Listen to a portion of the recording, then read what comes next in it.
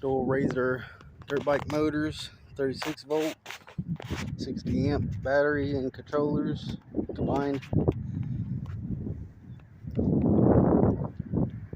DIY spring seat. The faster you go, it like pushes you down in. It's pretty sweet.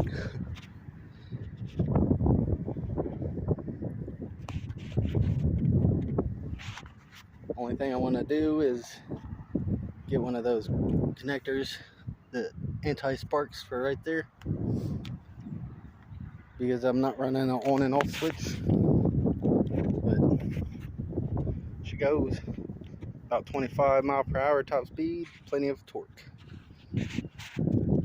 That's a 80 T8F sprocket, the MZ Miami hub adapter, dual 11 tooth sprockets there. Tacked that one on because I lost the nut in the reverse thread, so a little spacer to keep extra tension. Let me know what you think. Later.